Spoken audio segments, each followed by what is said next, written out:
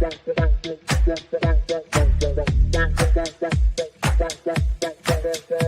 Connections Radio presents. This show is brought to you by Paid Per Letter. Write letters and make a difference. paidperletter.com/Uncle Dan. Hello. Hi, Christina. Welcome to this podcast where we're going to be interviewing you, and welcome everybody who's watching. Today, we're going to be interviewing Christina on her life, her background, and what she's doing for foreign exchange students. So you could go ahead and introduce yourself, Christina, and let us know more about yourself. Hi, Basma. Great to be here. Thank you so much for having me today. I am representing ICES. We're a foreign exchange student nonprofit. We help students abroad come to the US and achieve their American dream, and we help American students find places abroad to expand their horizons, get more cultural aptitude, and increase their language possibilities. So a little bit about me and how I got here. I majored in French and German in college, and I had two opportunities to do a foreign exchange as a student. So I got that cultural enrichment. And because I was studying foreign languages, I got a chance to see where the rubber meets the road, right? Right. I had studied French in grade school, in high school, and then in college. And my freshman year of college, one of my professors said, "Hey, you should go for this scholarship." And I was like, "Scholarship? What scholarship?" And he said, "Well, there's a scholarship. You would spend a summer in Canada, in Quebec City, where Quebec City, they speak Quebecois. It's not traditional Parisian French, but it's French." Right. And then you'd get a chance to see if what you were studying, if you really knew your stuff. Right. Because you're living in the environment. Yeah. And the program included a homestay with a host family. And I have a picture from that if you guys would like to see it. So you see me now around age 40. And I will show you young me around age. Actually, I was 18 here in this photo. So this is my host mother, my host father. I'm in the middle. And then in this family, we really had all of North America represented. They were so kind and took on a Canadian student and then a student from Mexico as well. So an English-speaking Canadian student, a Spanish and English-speaking student from Mexico, and then myself. That's awesome. Yeah. So they had a great sense of humor, obviously. She's mock scolding me here, but I love the reference picture. You're like, a great sense of humor. # that's why we're laughing. Well, I mean, there was always joking going on. We had a costume night for school, and she helped us get costumes, and just such a warm and caring family. It really made me feel as somebody in a foreign country, even if it's our neighbor to the north, made me feel welcome and at home and comfortable enough to express myself in a foreign language all the time. So right. It must have been difficult, for you to navigate and form those relationships in a totally new cultural environment. And then, like other foreign exchange students, when they're going to school and then they have to learn a new language sometimes they already know it because they learned it in their homeland. But like if they have to learn that new language and then having that new cultural environment, that's a lot. That could be very stressful. Yeah, with most exchange programs, you already have learned the language in school. Right. But there's very much a difference between what you learn in school and what's actually spoken. Right. So did you enjoy that program because you were able to get that firsthand experience while you were studying? It was phenomenal, really. I am so grateful to my professor who suggested it, and then my host family, of course. My fellow students were fantastic. It was my first time out of the country.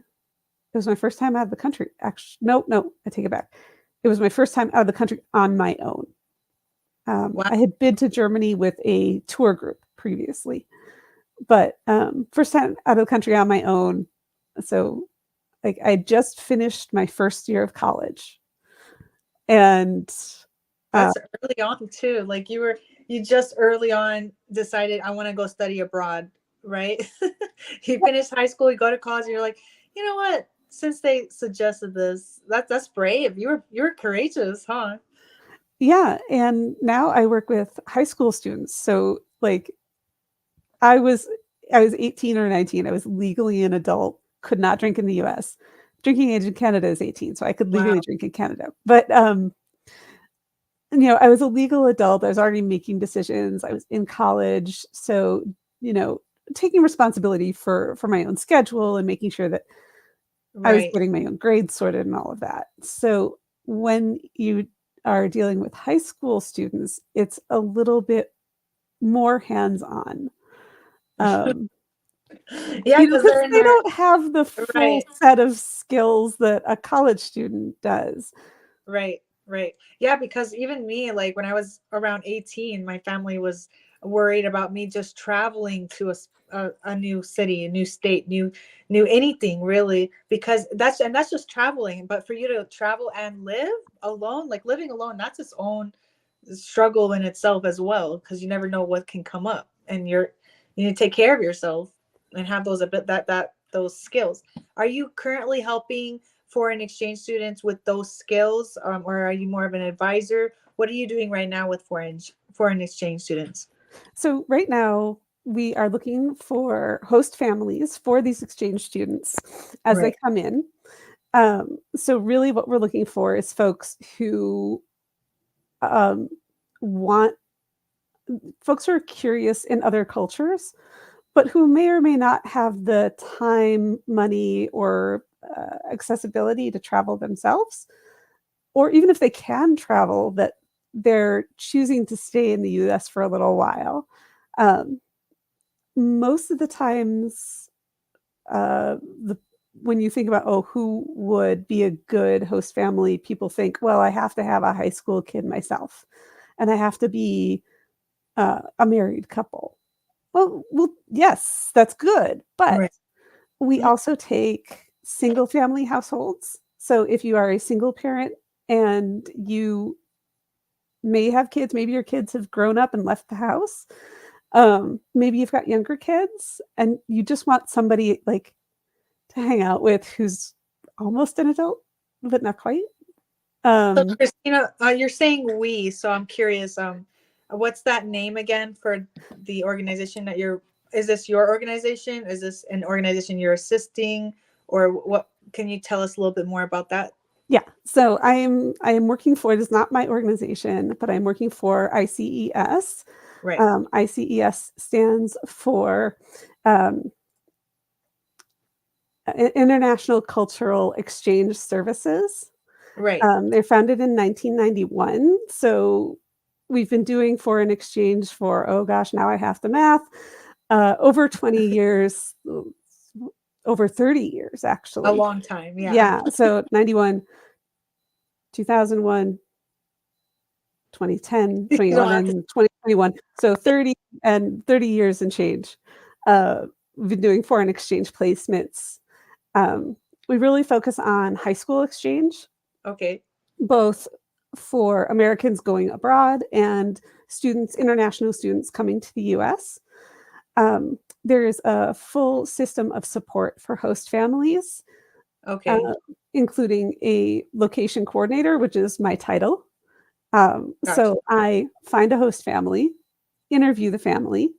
We have to run a background check. Uh, and then we try and find a student that matches a family's personality and interests. Right. So if you're a family that um, really loves the outdoors, then we want to find a student that also loves the outdoors. Right. Because you want them to Family that adapt. has board game night, well, we want to find a student that loves board games. Right. Okay. Because the experiences that they're gonna we want to make sure that they're going to be able to adapt to those experiences, to things that they actually would enjoy, because it's already going to be a lot. So that's a good de-stress in a way. Like, that's how I would look at it. Yeah, and um, the point of foreign exchange is there's quite a few levels to it. So from the most personal level is you have an interest in foreign cultures and you want to experience those cultures up close. Right. So if you are fascinated, I've got a girlfriend who's fascinated by Japan. So she thought about hosting a exchange student from Japan so that she could get to know the culture and the country just a little bit better before going over. Okay. I have some contacts who are, maybe you've got cultural heritage. Your family came over from maybe South Korea or from Germany or from somewhere a few generations ago, or maybe you're second generation and you want to rekindle that connection back to the Right. ancestral homeland. Right. So for me, I thought that my family was French. We're not French. We were never French. But I thought in second grade, I thought we were French. And that's why I studied French. Does your family speak French? No, we have no connection to France whatsoever. None. Zero. That's so funny. But when you're like 7, you make things up, right? Right, right. So maybe someone asked you a question and then like you just connected those dots. Oh yeah, I'm French. Yeah. No, this is now my heritage. They offered classes and I said, I want to do that. Oh, okay, I see. Because I'm French. Okay, that makes sense. Yeah, like it's like me when I was younger. I would watch manga and anime, and I would think, oh, I love the Japanese and all these different cultures that are related to whatever I'm watching, and then I would be like, ah, now I love eating their food, and now this is a part of my life, you know. And it's kind of true, honestly. Like when you're in an environment or you're just eating certain foods, you're kind of taking on and learning more about that culture, so you feel like it's a part of your personality at that point.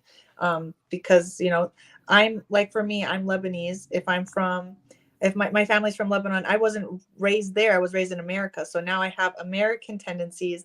And then if I'm watching anime, I have like there's a lot of differences there than someone who was just raised in Lebanon, you know? Yeah.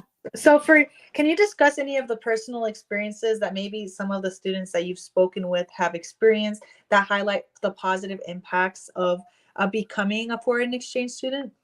Yeah. So the students, for them, really, it's achieving their American dream. Right. So they, to move up a little bit, another level. So personally, this is exchange experience. It's great. It's fun. Yay. Um, for the students, the next level up is multifold. Okay. There's a societal component. It's getting to know the US as, okay, this is an actual place with actual people. They have the same like basic concerns as we do. Everybody wants to have a peaceful home.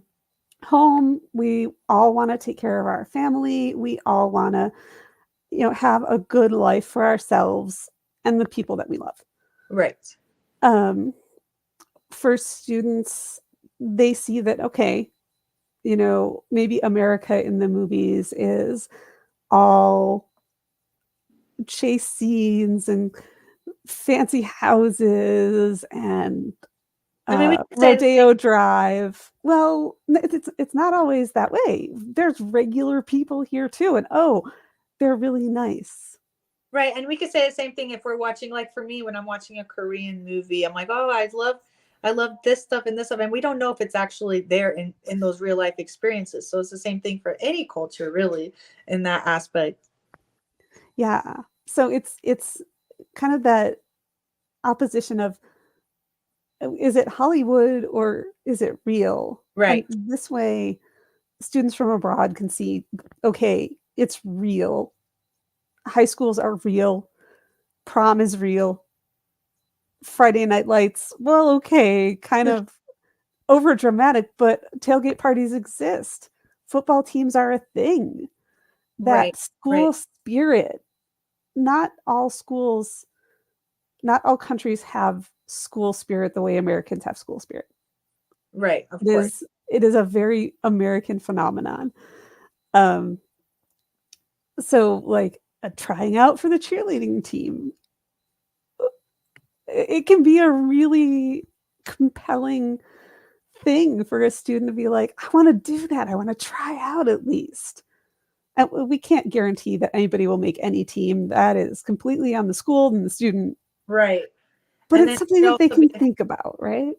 right. And then when they get into it, if they do get into it, it could also be extremely way different than what they thought the experience was going to be like in the first place. Or maybe it's different than where they're, like you said, if they're experiencing from where they're from, when they come to America, and then it could be all different, all of it. And then for you were still talking more about the more positive experiences. So you talked about the societal impact, and then the perspective impact. What else you got? Yeah. So, like, instead of being Hollywood caricatures, people realize, or incoming students realize, oh, well, uh, they're real people. And the host family, they get to see a new culture from their couch.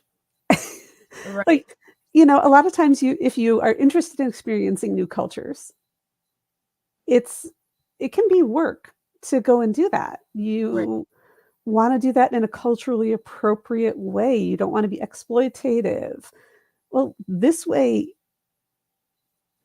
you don't have to save up a lot of money. You don't have to go through the airport, no visas, uh no vaccines, no nothing. You just have the student come to you. Like Right. if you're going to Africa, for example. So my husband and I, we did Kilimanjaro, and you had to go through and get vaccines. So that's why I say vaccines, not because anything else, but I'm talking like yellow fever and things like that. Right. Right. Um, so when we did Kilimanjaro, we went with a tour group, and we made friends with the guides to learn about their culture. Now, that was a lot of money and a lot of effort to learn about the culture of Right. Tanzania. Sure. Totally worth it, 100% worth it. But not everybody can afford that time off and the monetary expense. So, and you have a very short time period to do it. Right. Um, most Americans get 2 weeks vacation. Uh, how quickly can you immerse yourself in a culture with 2 weeks? Like you can scratch the surface, um, and you could say, "Oh, okay, I went to Paris and I had some baguettes, and I went to like the Eiffel Tower and a few other things." But you don't get the same perspective as waking up Right. with a host family where you have your chicory coffee in this massive mug that's like a bowl with uh your your bread and your jam and your spread. It's a different, even as something as small as a breakfast is different So, when so you're a you would tourist. say overall the positive impact of being a foreign exchange student is like you're creating memories, you're creating experiences that you can share with others, you're creating, like, it's just mostly memories really, because you're just creating a new part of your life without just watching it on TV. You're getting to experience it, and that's a completely other feeling of belonging, and a feeling of support, and feeling of just having and being. It And you said is. that you guys offer or not offer, I'm not sure if you offer it, but some type of scholarships for people who are interested in becoming foreign exchange students. Yeah, we have scholarship opportunities for foreign exchange students. You can find out more at our website, icesusa.org. And it's called the Bridging Cultures Scholarship. We just closed the applications for that earlier this month, unfortunately. So the 2024-2025 school year is complete, but you can start your prep work now if you're looking to study abroad next year. We are accepting host family applications now We have probably 20 students that we're looking to host in the Western area. And the benefits for a host family, we've been talking about what are the benefits for students, but the benefits for the host family, there are benefits for a host family as well. There's a small tax write-off. And like I said, you get a foreign culture while you're sitting on your own couch. You also get to influence a engaged, driven student, and in a really positive way. You had mentioned support. Host families wind up being very supportive families for these students because you've signed up for this cultural experience. But also, what I feel host families generally have is an abundance of love and care for other people. Right. Yes. And this way you can love and care for somebody who's radically different from you. So you said you're looking for 20 individuals. Is that for hosts or is that for students? Hosts. We are looking for host families for students. Right now, we have about 20 students who want to come to the US for the 2024-2025 school year. Okay. So they want to come in August, and we have to get visas cleared and all of this. And in order to get their visas, we have to have a host family that's willing to host them. Right. So we can get a lot of the paperwork done in advance, but if we can't place the student, then it's frustrating for everybody. And are the students there? You said that they are under 18. Are they over 18? Like, is there a specific age range that you guys work with? Yep, we focus, like I said, on high school students. There are 15 to 19. Some countries have a high school that goes longer than ours, so there may be students that are coming in at age 18 and they turn 19 during the school year, for example. Okay, that's where my question mostly was, because I know you said under 18, but I was wondering, are they also over 18? Because you never know. Okay, so then thank you so much. I really appreciate you sharing all this information about foreign exchange students, because we don't really hear much about it. If you want to learn more about it in your schools, you usually have to go to an office and ask and take that initiative, or you find a group at the university or the college of wherever you're going, and then they end up giving you more information. Are you guys associated, before we leave, with the CSN right now, and UNLV, or is it also Nevada State College? Is it also everywhere in Vegas, in all the colleges in Vegas and universities? So my experience was with a college exchange program. The company I'm working for now, or the nonprofit I'm working for now, focuses exclusively on, or 99% on, high school students. College exchange programs are usually administered by the university themselves, or they're through like I had a scholarship program, and then I did a second exchange program that was through my college office. So they don't need a third party to organize that. Copy that. For high school students, there's a State Department program. Actually, it's called the J1 visa. All of our students go through that J1 visa process. So you get students that are vetted and assured that they're, they've got their visa and they've gone through all the State Department background checks. So safe. And because we're part of this State Department program, that the purpose of high school and foreign exchange is to actually advocate for world peace through people knowing each other's cultures very intimately. So the State Department also vets the host family. So a host family that's like, yeah, I'd love to have culture from my couch.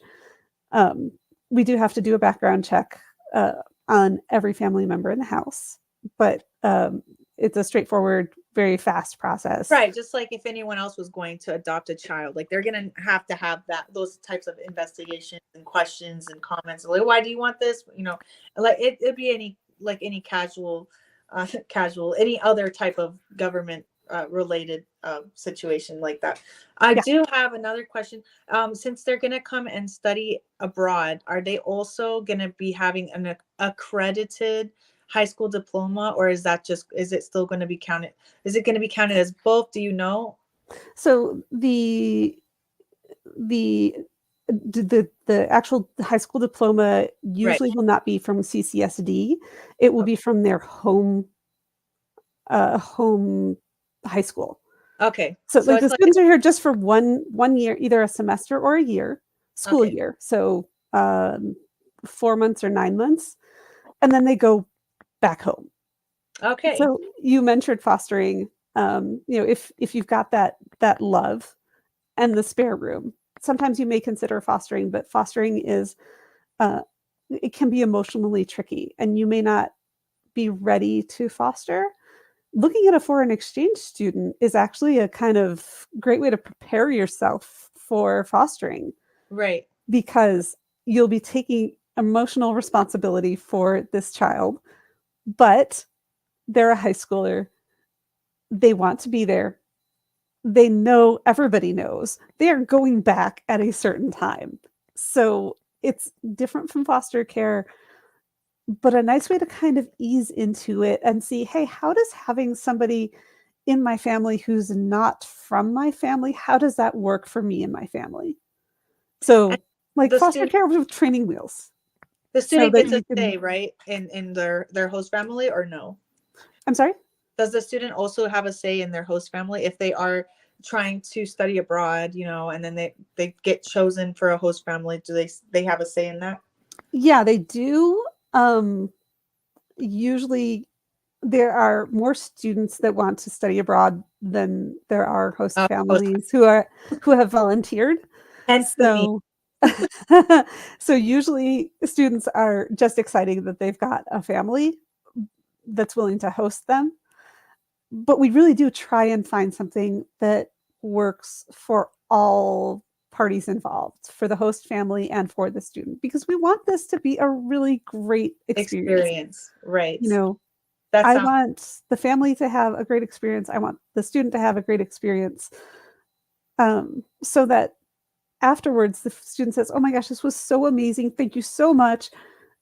If you ever want to come out to Slovakia or Italy or Taiwan or Singapore, wherever they're from, you have an open invitation. Please come. I'd love for you to meet my parents. I'd love for you to see these places that I talked about when we were together. So that way a host family, for example, can really get that deep insight and sometimes even save a little bit on travel if you wind up staying with your student or your student's family.